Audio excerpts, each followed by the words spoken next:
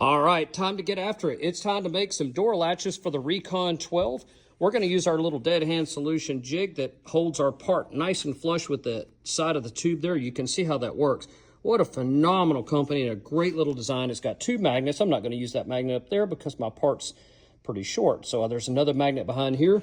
There's also a bubble at the very top. And then there's a bubble level towards the bottom here. I've actually already got it pretty darn close. The camera's offset, so the bubble's not exactly in the center, but you can see how that works. That's going to just hold that part beautifully while I come in here, and very easily I could take my time and just give it one little skibbity pap there and one little skibbity pap there, and then get my jig off there so we don't melt it, and off we go.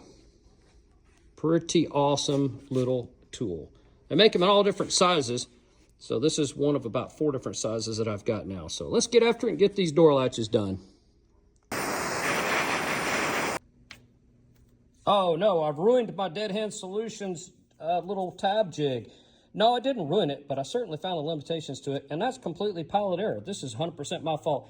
I did 2 tacks and I reached for the camera to try to get a picture. It was a kind of a cool shot that I did, and I just got greedy. It probably sat in there for 15 seconds. I see that in the comments all the time. Of how long do you have to get this off of there, and the reality was 15 seconds on 2 tacks that were it was really thin material, these little thin tabs here, so heat transfers really quick through those. But again, that was pilot error. That's my fault. These things have been phenomenal. I've now tacked over, I don't know, 30 or 40 of these things, and I had my first accident there. I'm not sponsored. I buy these things. They're awesome, and you know, you can get them in just about any size. This one here happens to be for the smaller tubing that airplanes use, so that's a 1/2 inch. And as you can see, these are 0.75, but I've got a lot of 0.75 to do, and some of them are in kind of hard to get to situations. So that's why, you know, having a couple extra of these on hand in case you can't get to it on time. But man, these things they're just awesome. They're worth their weight in gold. So I've got another project that I'm going to use this on, so stand by. All right, let's go ahead and give it a try. Everything's squared up. It's exactly where I want it to be. I'm just going to put a very small tack here. Yep, and I'm just going to do another one right here on the back. We'll go ahead and get this work holder off of here.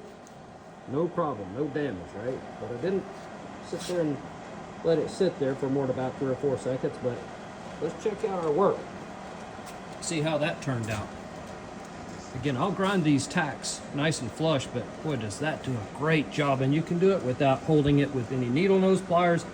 Look, it's right exactly flush where I wanted it to be. So, all right, awesome. What a beautiful tool from Dead Hand Solutions. All right, let's go ahead and give it a try. Everything's squared up. It's exactly where I want it to be. I'm just going to put a very small tack here. Yep, and I'm just going to do another one right here on the back. We'll go ahead and get this work holder off of here. No problem, no damage, right? But I didn't sit there and let it sit there for more than about 3 or 4 seconds, but let's check out our work. See how that turned out. Again, I'll grind these tacks nice and flush, but boy, does that do a great job. And you can do it without holding it with any needle nose pliers.